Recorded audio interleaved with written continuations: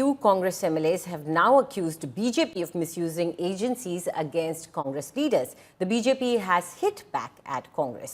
Karnataka Congress MLA Vijayanand Kashapannavar accused the BJP of misusing agencies like ED against Congress leaders in the state. Karnataka Minister K.N. Rajanna, meanwhile, reiterated that Siddaramaiah will complete full term of 5 years.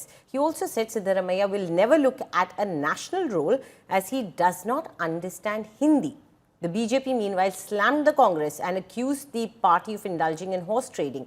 Union Minister Prahlad Joshi denied the accusation of BJP trying to pressurize or buy MLAs and said that both the Chief Minister and Deputy Chief Minister are engaged in mutual trade or horse trading, and that Congress High Command had lost control over state leadership in Karnataka. 138 ಶಾಸಕರು ಡಿ.ಕೆ. ಶಿವಕುಮಾರ್ ಪರ ಇದ್ದಾರೆ. 138 ಶಾಸಕರು ಸಿದ್ದರಾಮಯ್ಯನವ್ರ ಪರ ಇದ್ದಾರೆ. ಕಾಲ ಬಂದಾಗ ಅವರು CM ಆಗ್ತಾರೆ. ಬರುತ್ತೆ ಕಾಲಗಳಿಗೆ ಕೂಡ ಬಂದಾಗಲೇ ತಾನೇ ಒಳ್ಳೆಯದಾಗದು. ಬರುತ್ತೆ ಕಾಲ ಕೂಡ ಬಂದಾಗ ಅವರು ಮುಖ್ಯಮಂತ್ರಿ ಆಗ್ತಾರೆ, ಆಗಲೇಬೇಕು, ಆಗ್ತಾರೆ. ನೋಡ್ರಿ, ಈ ರಾಜ್ಯದಲ್ಲಿ ಭಾರತೀಯ ಜನತಾ ಪಕ್ಷದವರಿಗೆ ನೇರವಾಗಿ ವಿಧಾನಸೌಧದಲ್ಲಿ ಕುಂದ್ರಕ್ಕೆ ಒಂದು ಸಾರಿಯಾರು ಜನ ಈ ರಾಜ್ಯ ಜನಕ್ಕೆ ಅವಕಾಶ ಮಾಡಿಕೊಟ್ಟಿದ್ದಾರೆ. ಯಡಿಯೂರಪ್ಪನವ್ರು ಬಂದರು ಹಿಂಬಾಗಿಲಿಂದ ಸಮ್ಮಿಶ್ರ ಸರ್ಕಾರ ಅಲಯನ್ಸು ಮುಖಾಂತರನೇ ಬಂದರು. ಕಳೆದ ಸಾರಿ ಸರ್ಕಾರ ಮಾಡಿದಾಗ ಮುಖ್ಯಮಂತ್ರಿ ಆದಾಗ ಏನು ಮಾಡಿದರು? ಕಾಂಗ್ರೆಸ್ ಶಾಸಕರನ್ನ ಖರೀದಿ ಮಾಡಿ ದುಡ್ಡು ಕೊಟ್ಟು ಖರೀದಿ ಮಾಡಿದ್ದೀವಿ. ರಾಜ್ಯದ ಜನತೆಗೆ ಗೊತ್ತೈತಿ, ಖರೀದಿ ಮಾಡಿ ಸರ್ಕಾರ ಮಾಡಿಕೊಂಡ್ರು. ಅದು ನಿಶ್ಚಳ ಬಹುಮತದಿಂದ ಅಲ್ಲ, ಇದು ಜನರಿಗೆ ಗೊತ್ತಿದೆ. ಅವರು ಅಧಿಕಾರ ಯಾವತ್ತೂ ಬರೋಕ್ಕಾಗೋದಿಲ್ಲ ಈ ರಾಜ್ಯದಲ್ಲಿ, ಅದು ಗೊತ್ತಾಗಿದೆ. ಅವ್ರು ಏನಾದರೂ ಕುತಂತ್ರ ರಾಜಕಾರಣಿನೇ ಮಾಡಬೇಕು. ತಂತ್ರ ಕುತಂತ್ರ ಇದನ್ನು ಹುಡ್ಕೊಂಡೇ ಬಂದಿದ್ದಾರೆ ಅವರು.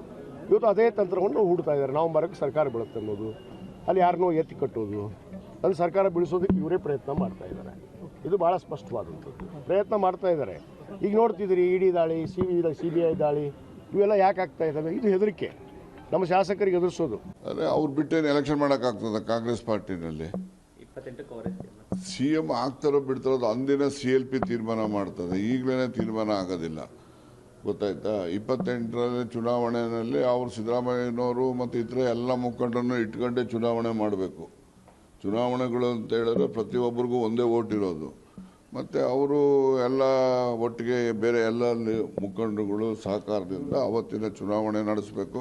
ಚುನಾವಣೆಯಲ್ಲಿ ವಿಜೇತರಾಗಿ ಬಂದಂಥ CLPನಲ್ಲಿ ಶಾಸಕರೇನಿರ್ತಾರೆ ಅವರು ಅದನ್ನು ತೀರ್ಮಾನ ಮಾಡ್ತಾರೆ, ಯಾರು ಅಂದಿನ ಮುಖ್ಯಮಂತ್ರಿ ಅಂತ. ಸಿದ್ದರಾಮಯ್ಯನವರು ರಾಷ್ಟ್ರೀಯಕ್ಕೆ ಎಲ್ಲಿ ಹೋಗ್ತಾರೆ? ಹಿಂದಿ ಬರೋದಿಲ್ಲ, ಏನಿಲ್ಲ. ಹಿಂದಿ ಬರೆದ ಮೇಲೆ ಅಲ್ಲೇ ನಡೀತದೆ. ನೀವು ಸರಿ